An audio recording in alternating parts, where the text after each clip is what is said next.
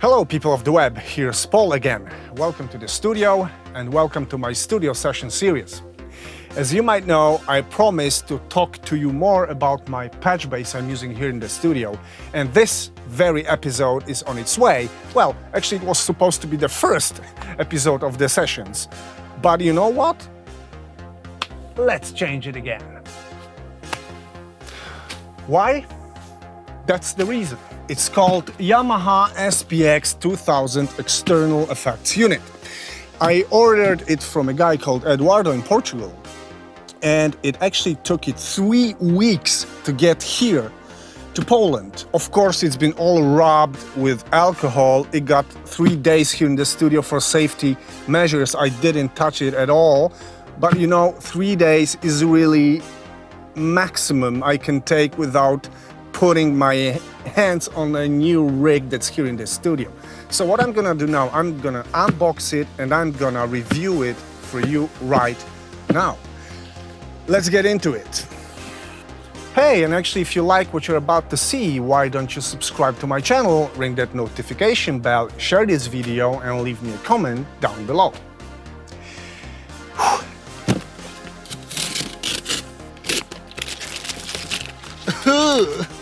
What's... Ah! Eduardo!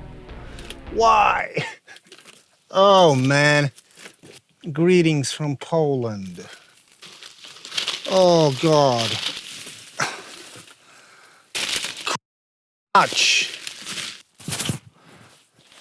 So I promised to share some tips and tricks with you guys. And here's one. Never send anybody a package like this because he's gonna kill you. Yeah, no? But finally, it's here. And I'm already tired. Anyway, let's talk about this thing more.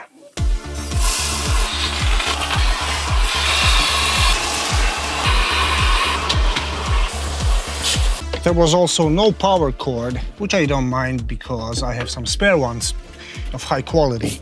Yeah, so let's turn it on first. Oh, it was pressed. Yeah, the display looks good. Let's see the buttons.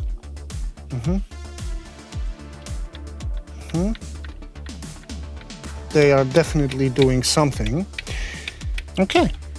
It's ready to connect. But before I start connecting it, it's gonna be just right under my patch base. I'm gonna show you the outputs of this unit. What do we have here? So, MIDI in and out. It's nice because it's MIDI controllable. It's USB controllable, and there's a special application we're gonna try to use to control it. We've got word clock. We've got AES EBU, which I am going to use because it's the last in-out that's free on my RME card.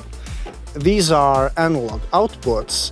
These are analog inputs. They can be -10 or +4, and that's it. But well, that's fair enough for an effect unit for me.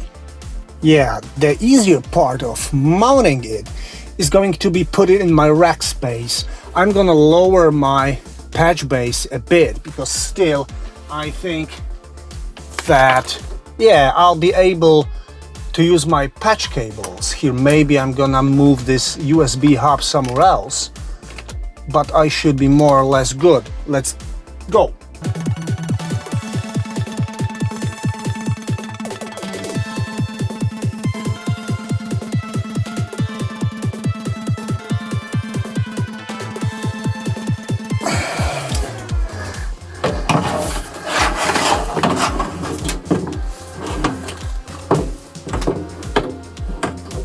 Co?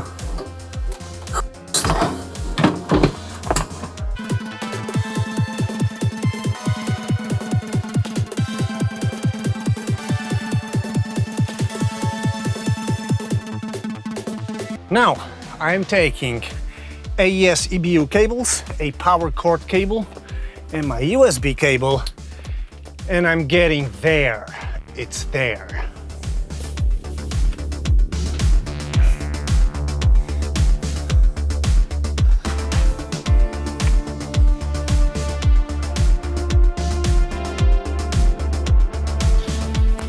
So, yeah, I put the mic on that side and I'm done with this mess, and please make it work now.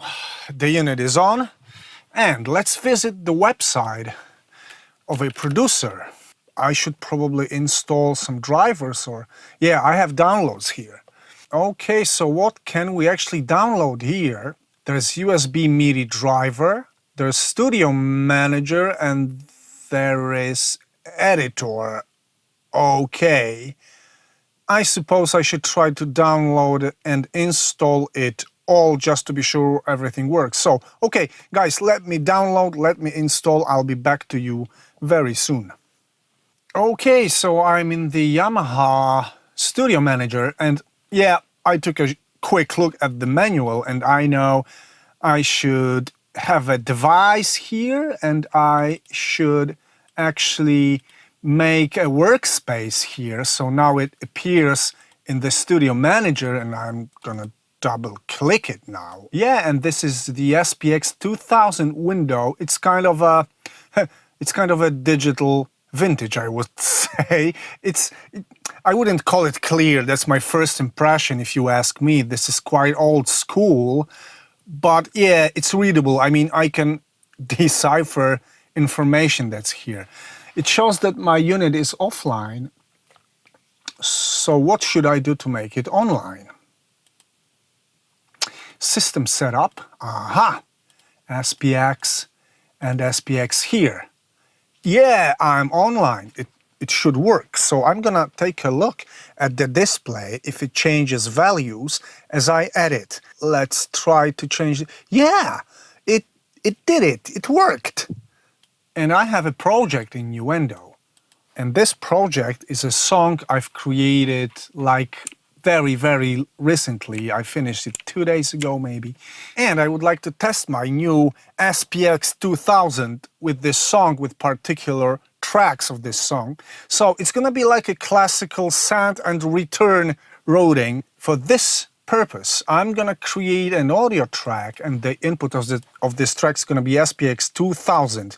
I already configured the inputs of the Nuendo and my RME card. So yeah, that's here.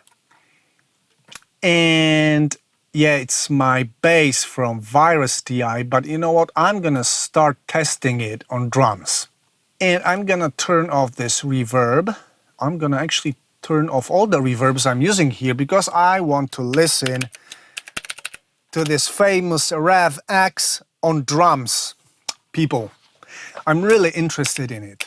So I have a drum group here, and I have also made it like SPX output here. Yep, like this. Okay, so I have to go back to SPX window. Like, okay, it's gonna be hiding every time I click on Nuendo. Okay, it's not a huge plus for now. I know some software to pin the windows, like permanently. I'm gonna use it later on. For now, let's just change the preset. And is there anything for drums here? Yeah, it's called snare plate. And I'm gonna just use it. Oh, I should click recall. All right.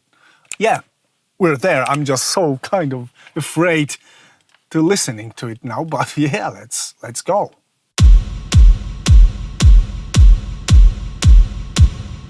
Okay.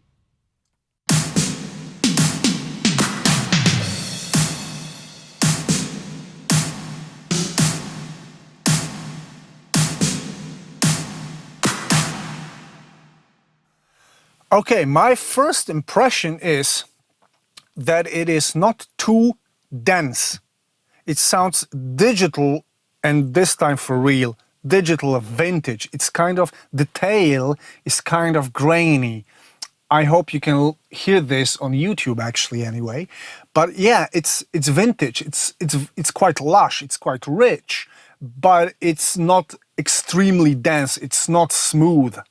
Yeah, let's make it shorter a bit. Yeah, and I got some visual feedback here, and actually I like this feedback. It's not like the pleasure for my eyes, but it helps. So yeah, the reverb for this should be really short. Ah, yeah.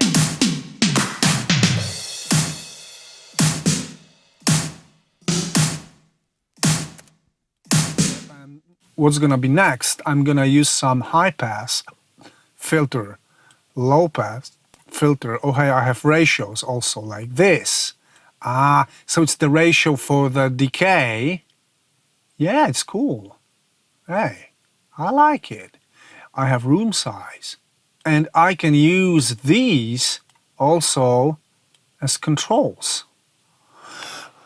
Okay, so this is not the newest, most innovative thing in the world, but it works and I somehow like it. It's readable and it's functional. So I adjusted the reverb sound I wanted quickly, and this is important.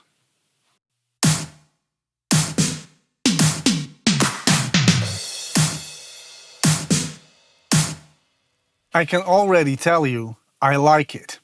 And here comes the kick. And let's listen how it goes with the kick, because I also try to use some HPF, because I do not want this to interfere with the kick. I don't want to hear this on my kick. And how it goes is...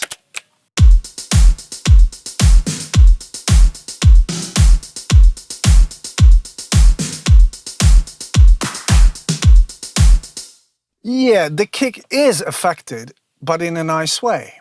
I like it. And now I'm gonna play the whole thing.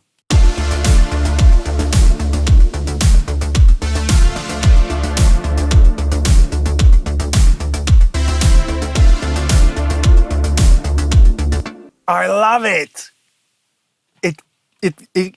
The track got this very vintage, nice feel on the drums. Bravo, Yamaha. I like it. I totally like it on drums. Vocals, vocals, vocals. They are here. And yeah, actually, please forgive me because I sang. I'm not a vocalist, but I'm not quite able to deliver the proper vocals right now for this song. So I'll record with a real vocalist. For now, I heavily vocoded, auto-tuned myself, and I'm really sorry that you have to listen to it. And my English is not also perfect. Anyway, let's listen. Sitting still, there is nothing to say. Watching stars fall.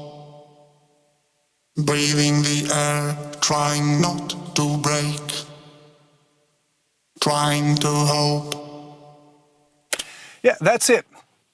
And the reverb I used for this is actually my favorite one. It's my go-to because this is 480L by Universal Audio, which is supposed to be a real recreation of the original unit. I have not used the original unit myself, but what I can tell you that the Universal Audio one is marvelous.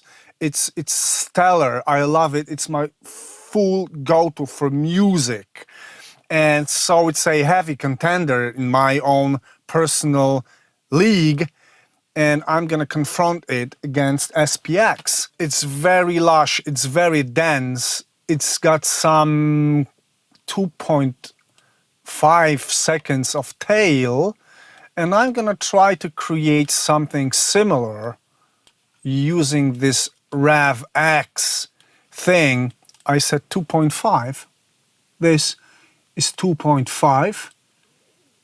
High pass shouldn't be like this. Also, ratio for the lows should be larger like this. Yeah, I would simply, oh, room size like this, and it's gonna, okay, like this. And let's listen now. Sitting still, there is nothing to say. Watching stars fall. Breathing the air. Let's get back to 480L again. Sitting still, there is nothing to say. Watching stars fall. Breathe. And get back to Yamaha. Sitting still, there is nothing to say. Watching stars fall. Breathing the air, trying not to break. Trying to hope. Yeah, it's grainy. Can you hear that it's grainy? Because I can hear it very well. That it's lush, it's colorful, but it's not too dense. Back to 480 again. Sitting still, there is nothing to say. Watching stars fall. Breathing the air, trying not to break. Trying to hope. Okay, so I'm gonna tell you that I like this more on drums. This is also kind of digital vintage again, but the density and the musicality of the lexicon emulation, I like it way more, I have to tell you. I mean, I can imagine this Yamaha can have some real use, especially that it's easy to use, it's easy to program and get to the sound I need. And that's a huge plus. That's the advantage. But still, it's very usable, it's very sweet, and it's totally fine. It's just losing against 480L, but it's hard not to lose against 480L, which is my favorite machine. So, okay, but reverbs are not all. Reverbs are not all. There are some more algorithms, and we started with virus bass. Let's go to this virus bass, and let's try to put something else than a reverb on this.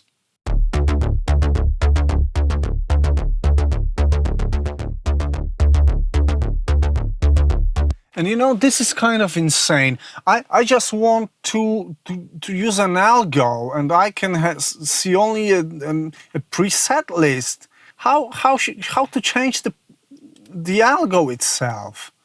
It doesn't seem quite possible here.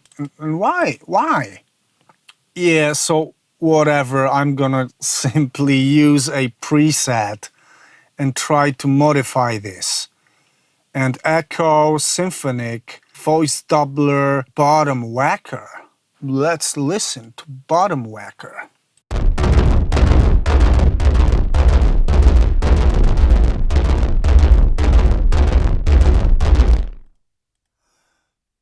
This algo is absolutely weird. I can imagine it's usable for some reasons, but it's not easy tweakable for me now. Maybe now?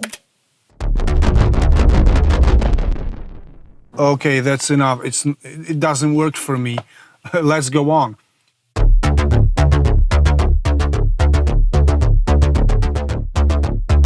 Okay, so now I know what to tell you. It behaves a lot like my MDE-X VST from Korg. So it's this kind of also digital vintage chorus or ensemble effect, and I still like it again. Let's go for something more. Here's our library. Bass chorus should be also cool.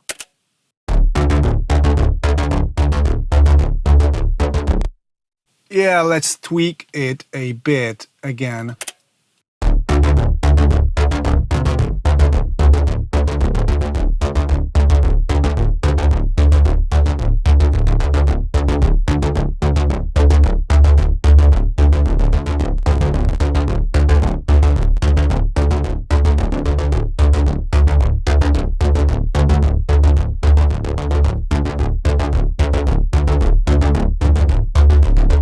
So this one is very much like famous Eventide micro pitch shift, which I also have as a plugin.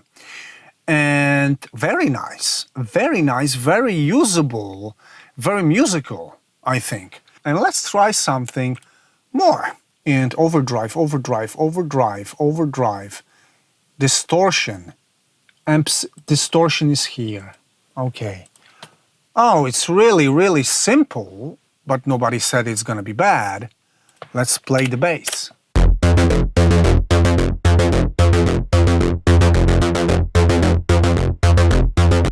Okay, of course, it needs some tweaking, so we're gonna play and tweak now.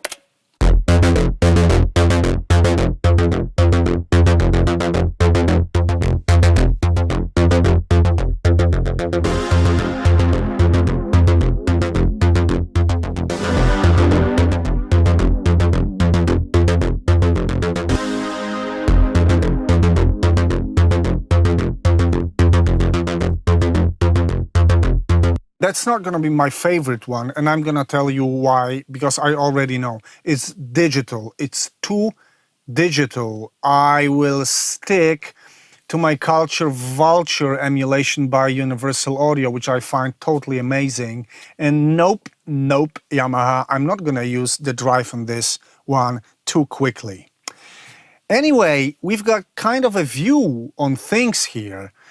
And yeah, I really like what I hear, but there's one more thing I would like to test, because I'm also doing some film work, and I'm gonna listen how the Yamaha sounds on film dialogues, and it's gonna happen now. So let me change the projects in my Nuendo.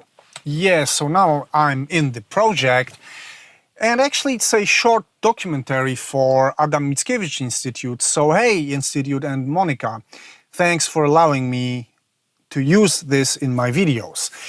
And I'll show you the video, and I'll take something. Yeah, this is the first part of the dialogues. Let's listen to them. This specific program is part of the program Independence and was called since the beginning Plus 100. The idea was that... Yeah, so we already can see that the guys are sitting in some larger space, a large, quite empty space. So let's take our SPX again and let's tweak.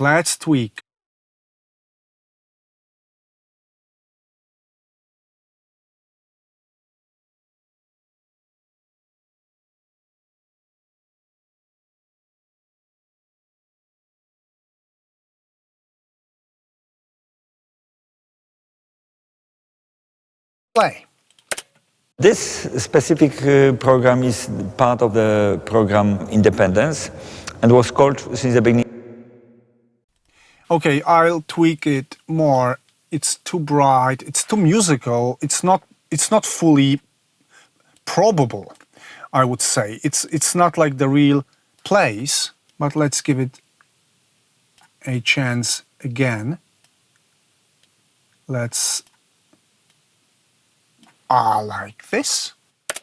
This specific program is part of the program Independence and was called since the beginning Plus 100.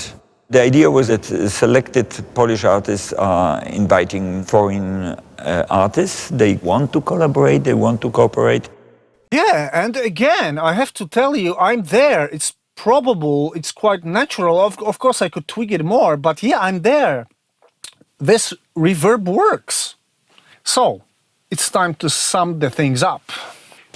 And summing the things up for my SPX2000 is not going to be too difficult for me, I think. There are obviously things that I liked about this unit and things that I did not really like. What I like and what's a huge plus for me, this SPX is loaded with nice sounding algos and presets out of the box.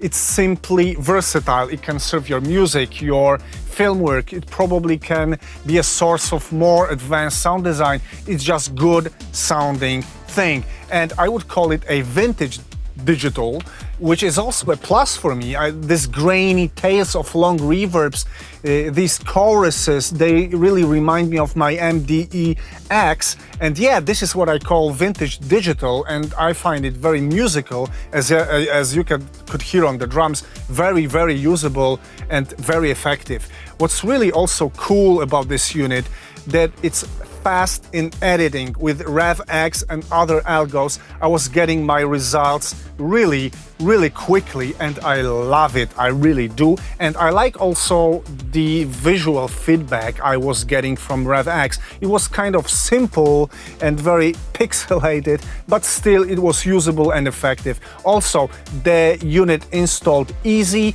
with no hassle. It's also a great thing to know. What I did not like about my SPX is, first, it's physically deep. Check the dimensions online on the website of Yamaha, or maybe, yeah, I'm gonna put it here for you. And yeah, if your rack space is lower than this, shorter, do not attempt to buy and install it. Watch it really out.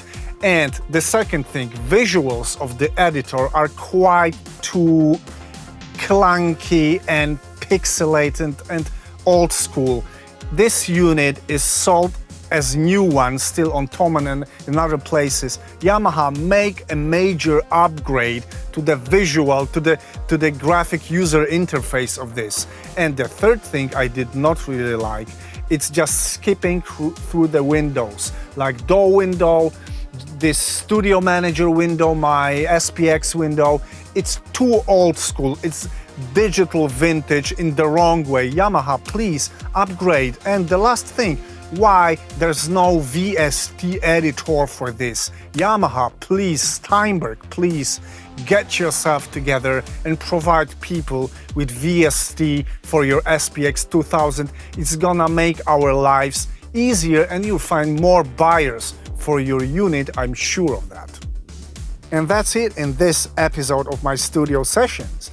I hope you liked it. I hope you like my SPX2000. Hey, it's mine, but it can also be yours, because one more thing, this unit secondhand is not too expensive. Think about buying it. And if you like what you saw, please subscribe, please ring the notification bell, please share the video and leave me comment down below, and I will be seeing you very soon. And this time I'm gonna really talk about using my patch base for you. And hey, Eduardo, are you there? Thanks for this unit, and watch how you pack and send things to the people. And I dedicate this episode especially to you. Bye.